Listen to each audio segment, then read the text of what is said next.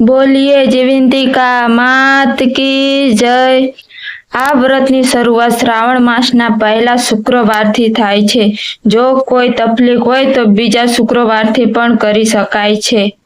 આ વ્રત કરનારે સવારે વહેલા ઉઠી નાહી ધોઈ લાલ વસ્ત્ર પહેરવા, 5 દિવેટનો દીવો કરી એક પાટલા ઉપર દીવો મૂકી પત્ર, પુષ્પ, ચોખા, કંકુ, કમળ, સોપારી વગેરે જીવંતિકા માનું દેવનું પૂજન કરવું। ભક્તિ ભાવપૂર્વક વંદન કરી માને પ્રાર્થના કરવી। જેમની કથા વાર્તા વાંચવી, માતાજીને પ્રસાદમાં લાપસી કરવી, નિવેદ ધરાવવું। જમણા હાથમાં ચોખા રાખી માતાજીની આગળ હૃદયથી ભાવના રજૂ કરવી। પછી એ ચોખાના દાણાને ચારે દિશામાં નાખી મનનો સંકલ્પ માતાજી આગળ રજૂ કરવો। માતાજીને ધરાવેલો પ્રસાદ વ્રત કરનારે આરોગવો। એક જ સમયે પ્રસાદ લેવો। એ દિવસે પીળા વસ્ત્ર પહેરવા નહીં અથવા કોઈ પીળી વસ્તુનો ઉપયોગ કરવો નહીં। આ રીતે જીવંતિકા માનું વ્રત કરવામાં આવે છે। તો હવે આપણે કરીશું જીવંતિકા માતાજીની વાર્તા શરૂ। બોલીએ જીવંતિકા માત કી જય। ઘણા વર્ષ પહેલા મિહિર નામનો એક રાજા થઈ ગયો હતો। રાજાની રાણીનું નામ સુલક્ષણા હતું। રાજા રાણી બધી વાતે સુખી હતા, પણ તેમને એક વાતનું દુઃખ હતું। તેમને શેર માટીની ખોટ હતી। તેમને એક વાત પણ સંતાન હતું નહીં। તેથી રાણીબા ચિંતામાં સુકાતા જતા હતા।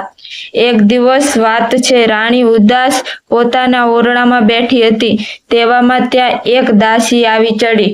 દાસી સુયાણીનું કામ કરતી હતી, એટલે ગામમાં કોઈની સુવાવડ આવે તો સૌ તેને બોલાવે। દાસી રાણીના મનની વાત કળી ગઈ। તેને રાણીને કહ્યું, રાણીબા, તમે આટલી બધી ચિંતા શા માટે કરો છો? તમે આજ્ઞા કરો તો હમણાં ઉપાય બતાવું। બોલો, શું ઉપાય છે? દાસીએ ધીમેથી રાણીના કાનમાં કહ્યું, જો રાણીબા, ગામમાં એક બ્રાહ્મણીને 3જો મહિનો જાય છે। આજથી તે સગર્ભ છો એવા ઢોંગ કરો, પછી આગળનું કામ હું સંભાળી લઈશ। દાસીની વાત સાંભળી રાણીએ પ્રથમ ખચવાટ અનુભવ્યો, પણ દાસીએ તેમનું કહ્યું, તમે બીવો નહીં, આ વાતની ખબર કોઈને પણ નહીં થાય। રાણીએ દાસીની વાત માની લીધી। પોતે ગર્ભ છે એવી વાત ફેલાઈ માંડી। આ વાતને 7 મહિના વીતી ગયા। ત્યાં બ્રાહ્મણીએ મધરાતે દાસીને તેડાવી। મધરાતે બ્રાહ્મણીએ પુત્રને જન્મ આપ્યો। દાસી છાની માની આવી પુત્રને લઈને ચાલતી થઈ અને રાણીના ઓરડાની પાછલી બારીએથી દાખલ થઈ બાળક રાણીને આપ્યું। રાણી તો રાજી થઈ ગયા। સવાર થતાં આખા રાજભવનમાં આ વાત ફેલાઈ ગઈ। બધા રાજાને ત્યાં પુત્રનો જન્મ સાંભળી રાજી થઈ ગયા। જ્યારે આ બાજુ બ્રાહ્મણીને પુત્ર ગુમ થતા આંસુ સારવા લાગી। આ બ્રાહ્મણીએ જીવંતિકા દેવીનું વ્રત કરતી હતી, એટલે દેવી તેના બાળકનું રક્ષણ કરવા રાજભવનમાં પણ આવ્યા। સમય જતાં આ રાજકુમાર મોટો થવા લાગ્યો। તેનું નામ ભરત પાડ્યું। થોડા સમય બાદ રાજા મરણ પામ્યો, એટલે ભરતકુમાર રાજગાદીએ બેઠો। તે ઘણા દયાળુ ને ધાર્મિક હતો। તે પ્રજાનો પુત્ર સમાન ગણતો હતો। એક દિવસ રાજા ભરતકુમાર પોતાના પિતાનું શ્રદ્ધાન કરવા માટે ગયાજી જવા નીકળ્યા પડ્યો। રસ્તામાં તે એક વાણિયાને ઘેર રાત રોક્યો। આ વાણિયાને 6 બાળકો થયા ને 6 બાળકો વારાફરતી 6ઠે દિવસે મરણ પામ્યા। આજે 7મા દિવસે બાળકની છઠ્ઠી હતી અને વિધાત્રી લેખ લખવા આવવાના હતા। ઘરના બધા ઊંઘી ગયા હતા। ત્યારે માં જીવંતિકા રાજકુંવરનું રક્ષણ કરવા બારણા પાસે ઊભા હતા। મધરાત થતાં વાણિયાને ત્યાં વિધાત્રી વધાર્યા, એટલે જીવંતિકા માતાએ આડું ત્રિશૂલ ધર્યું અને કહ્યું, દેવી વિધાત્રી, તમે અહીં કેમ આવ્યા છો? વાણિયાના દીકરાની આજે છઠ્ઠી છે, એટલે તેના લેખ લખવા આવી છું। બહેન, લેખમાં શું લખશો? એના ભાગ્યમાં છે તે લખીશ કે છોકરો સવારે મરણ પામશે। ના વિધાત્રી, તમારાથી ન લખાય। હું તમારી મોટી બહેન અહીં હાજર હોઉં અને તમે આવું અમંગ ન લખી શકો। છેવટે વિધાત્રીએ જીવંતિકાની વાત માની વિદ્યાત પુષ્પ લખીને ચાલતા થયા। સવાર થતાં વાણિયાએ પોતાના છોકરાને જીવતો જોઈ નવાઈ પામ્યો તો તે ખૂબ જ રાજી થઈ ગયો. તેણે ભરતકુમારને શુભ પગલાના માની તેમની ખૂબ જ સગર્ભ બીજા દિવસે ભરતકુમાર વાણિયાના ઘરેથી જવા નીકળ્યા. વાણિયાએ તેને ઘેર પાછા ફરતો ત્યાં અહીં પોતાને ઘેર આવવાનો ખૂબ જ આગ્રહ કર્યો. ભરતકુમારે સારું કહી ત્યાંથી રવાના થયો. તેઓ ગજાજી પહોંચી ગયો. ત્યાં જઈ ધર્મ કર્યું. પીડદાન આપવા માટે હાથ લાંબો કર્યો તો તેને એકને બદલે 2 હાથ દેખાયા. ભરતકુમાર વિચારમાં પડ્યો. તેણે પંડિતને આનું કારણ પૂછ્યું, પરંતુ પંડિતો તેનો કોઈ જવાબ આપી શક્યા નહીં. આમ બીજો હાથ કોઈ દેવીનો જેવો લાગતો હતો. ભરતકુમાર શ્રાદ્ધક્રિયા પતાવી પાછો વળ્યો. રસ્તામાં પેલું વાણિયાનું ઘર આવ્યું. છઠ્ઠી હતી.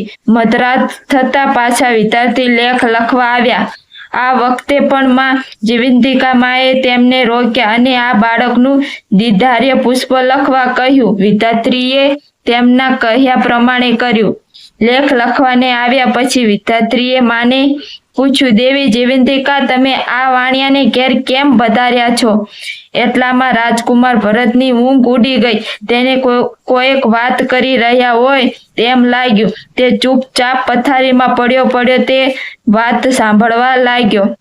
વ્રત કરે છે તે દિવસે પીળા વસ્ત્ર પહેરતી નથી, પીળા અલંકારો ધારણ કરતી નથી, ચોખાના પાણીમાં ઓગળતી નથી અને પીળા માંડવાની નીચે જતી નથી. તેથી મારે આ રાજકુમારની રક્ષા કરવી પડે છે. જ્યાં જાય ત્યાં મારે જવું પડે છે. તેના લીધે હું આજે વાણિયાને ઘેર છું. જ્યાં સુધી વાણિયાને ઘેર મારો વાસ હોય ત્યાં સુધી હું તેના બાળકનું અહિત સી રીતે થવા દઉં? ભલે કહી વિદ્યાર્થી જતા રહ્યા. સવાર થતા વાણિયાએ જોયું તો તેનો બીજો દીકરો પણ જીવતો જણાયો. એને લાગ્યું કે નક્કી આ ભરતકુમાર કોઈ મહાન માણસ છે. જે દિવસે ભરતકુમારે રજા માગી ત્યારે વાણિયાએ એમને આનંદિત રજા આપી. થોડા દિવસમાં ભરતકુમાર મહેલમાં પાછો આવ્યો. આવીને તેમને રાણીને પૂછ્યું, માં, તમે કયું વ્રત કરો છો? બેટા, હું તો એકેય વ્રત કરતી નથી. આ સાંભળી રાજકુમારને નવાઈ લાગી. તેને ખાતરી થઈ ગઈ કે આ મારી સગી માં નથી. તેણે પોતાની માને શોધી કાઢવાનું નક્કી કર્યું. શ્રાવણ માસના પહેલા શુક્રવારે રજા ભરતકુમારે આખા નગરમાં ઢંઢેરો પીટી કે આજે નગરની બધી સ્ત્રીઓ પીળા વસ્ત્ર પહેરીને જમવા આવો, કોઈએ ઘેર રહેવું નહીં. શુક્રવારના દિવસે બધી સ્ત્રીઓ પીળા વસ્ત્ર પહેરી જમવા આવી. રાજકુમારે નગરમાં તપાસ કરાવી કે કોઈ બાકી તો રહ્યું નથી ને. તપાસ કરતા માલુમ થયું કે એક બ્રાહ્મણી આવવાની ના પાડે છે. એને જીવંતિકા માનું વ્રત હોવાથી તે પીળા વસ્ત્ર નહીં પહેરે. રાજા ભરતકુમાર આખી વાત સમજી ગયો. તેણે બ્રાહ્મણી માટે લાલ વસ્ત્રો મોકલ્યા. બ્રાહ્મણીએ લાલ વસ્ત્ર પહેરી આવી. રાજકુમાર પોતાની માને જોઈ ખૂબ જ રાજી થઈ ગયો. માં દીકરો સામે મળતા જ બ્રાહ્મણીના રતનમાં પાણી દૂધની શેર નીકળી રાજકુમારના મોંમાં પડી. આ જોઈ બધા અચરજ પામી. રાજકુમારે રાણી માને આ બાબતે પૂછતા રાણીએ રડતા સંઘળી હકીકત જણાવી દીધી. રાજકુમાર પેલી બ્રાહ્મણીને માં કહી ભેટી પડ્યો અને તેને પોતાની સાથે રાજમહેલમાં રાખી. જીવંતિકાના વ્રતના પ્રભાવથી બ્રાહ્મણીને પોતાનો ખોવાઈ ગયેલો પુત્ર પાછો મળ્યો અને માતાજીએ એનું રક્ષણ કર્યું. હે માં જીવંતિકા, તમે જેવા બ્રાહ્મણીના બાળકનું રક્ષણ કર્યું તેમ વ્રત કરનાર સૌ બાળકનું રક્ષણ કરજો અને એમને સુખ શાંતિ પ્રદાન કરજો. જય જીવંતિકામાં. તો આવો છે જીવંતિકા વ્રતનો મહિમા કે જે વિધિના લેખ પણ બદલી નાખે છે. અત્યારે જ આપના મિત્રો, સગા સંબંધીઓને આ જીવંતિકા માની વાર્તા મોકલી દેજો જેથી આ વાર્તા સાંભળી શકે. બોલીએ જીવંતિકા માત કી જય.